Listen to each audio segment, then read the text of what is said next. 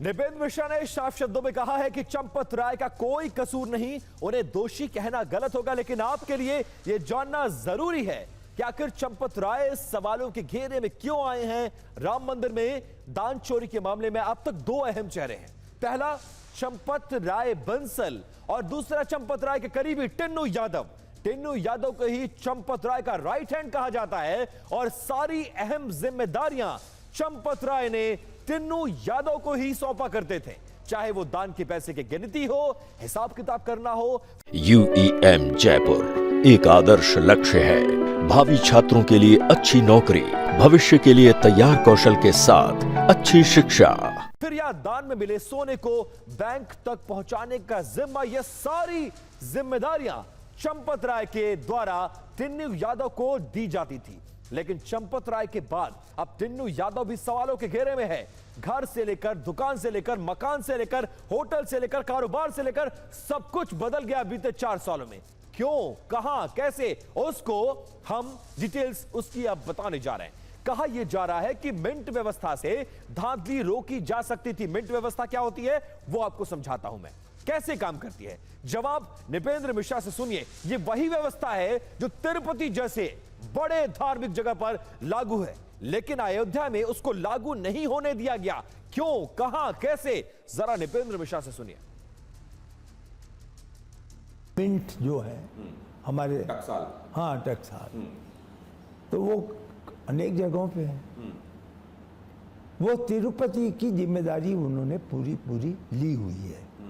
वही वहाँ पर रिसीव करते हैं, कोई अन्य व्यक्ति रिसीव नहीं कर सकता उसे। वही उसका वेरिफिकेशन करते हैं और उसको वो हैदराबाद ले जाते हैं, मेल्ट करके जो आप चाहते हैं वापस आपको लौटा देते हैं। ये एग्रीमेंट वहाँ चल रहा है। वहाँ पे नियमित एक काउंटर बना हुआ है, दान काउंटर। इसके लिए हर जगह लिखा हुआ है कि आप किसी अन्य व्यक्ति को ना दें। यहाँ पर यह व्यवस्था नहीं थी, यद्यपि ये प्रस्तावित थी कि मिंट के साथ एग्रीमेंट हो और यह कार्य मिंट ही करे।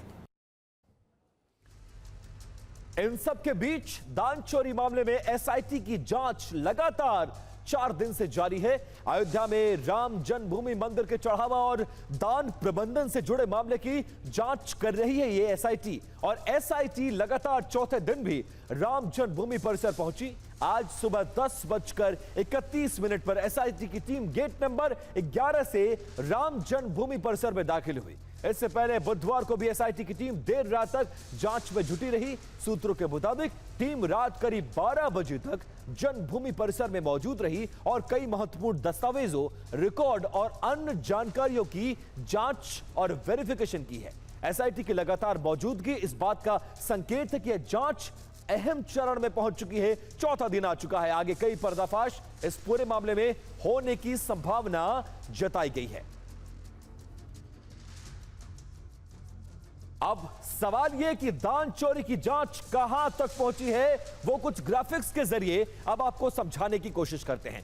नकदी और गिनती और रिकॉर्ड के मिलान किए जा रहे हैं। संदिग्ध गतिविधियों की पहचान के लिए जो फुटेज 800 कैमरे मंदिर परिसर में लगे हैं, उनकी जांच की जा रही है। दान संग्रह, सुरक्षा व्यवस्था से जुड़े लोगों के बयान SIT ने दर्ज किए हैं। प्रवेश हो, निकास और निगरानी की व्यवस्था, उसकी पड़ताल की जा रही है। अब तक मंदिर को मिला हुआ दान और जमा राशि के दस्तावेजों की जांच की जा रही है। सवालों में घटना के समय तैनात कर्मचारियों की भूमिका, उनका रजिस्टर, उनका रिकॉर्ड और अन्य दस्तावेज खंगाले जा रहे हैं। सिर्फ नकदी ही नहीं बल्कि पूरी दान व्यवस्था जो प्रबंधन है उसकी समीक्षा की जा रही है। और माना यह जा रहा है कि SIT की जांच के बाद एक बहुत बड़ा बदलाव अयोध्या ट्रस्ट में और रखरखाव में और सिक्योरिटी में होने जा रहा है। सबसे बड़ा सवाल यह है कि CCTV होने के बावजूद अब तक मंदिर प्रशासन के पास सुराग क्यों नहीं है। इस पर नृपेंद्र मिश्रा ने क्या कहा, जरा वो भी सुनिए। बहुत इंपॉर्टेंट बात कही है। CCTV लगे हैं पूरे परिसर में, करीब 800 हैं। कंट्रोल रूम है, पुलिस देखती है, रन करती है।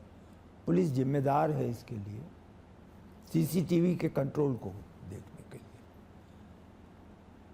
लेकिन मैं ये नहीं समझता कि सीसीटीवी का सही उपयोग हुआ है।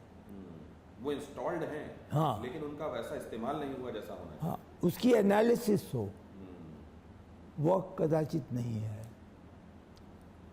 उसमें कोई इवेंट अनयूजुअल है वह कदाचित नहीं है।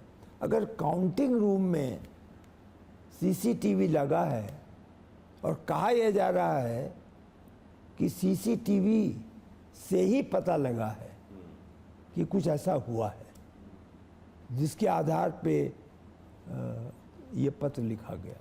मुख्य बात जो है और मुख्य कारण जो है वो यह है कि जो निगरानी की व्यवस्था थी, केवल काउंटिंग में नहीं, पूरे मंदिर परिसर में जो निगरानी की व्यवस्था है वह या तो है नहीं, और यदि है तो बहुत लचर है। अब सवाल यह उठ रहा है कि आखिरकार अब तक इस मामले में एफआईआर दर्ज क्यों नहीं की गई है। नृपेंद्र मिश्रा ने इसकी वजह भी बताई है। क्या है वो वजह, जरा वो जानिए। एफआईआर अगर हम करते तो पुलिस की नॉर्मल पुलिस इन्वेस्टिगेशन थाने से शुरू होता। यहाँ पर एक बहुत बड़े अधिकारी, आयुक्त हैं, आईजी हैं, वह लोग जांच कर रहे हैं। 7 दिन का समय दिया गया है। 7 दिन में इंक्वायरी करके अब वो कुछ ठोस बातों का उल्लेख करते हुए अपनी रिपोर्ट देंगे और उसे एफआईआर में कन्वर्ट कर दिया जाएगा। वो एफआईआर निश्चित रूप से आगे चलकर उसमें सप्लीमेंट्री एफआईआर होता, एक के बाद एक। तो अब जो होगा, मैं समझता हूँ कदाचित उसमें सप्लीमेंट्री एफआईआर की आवश्यकता न रहे।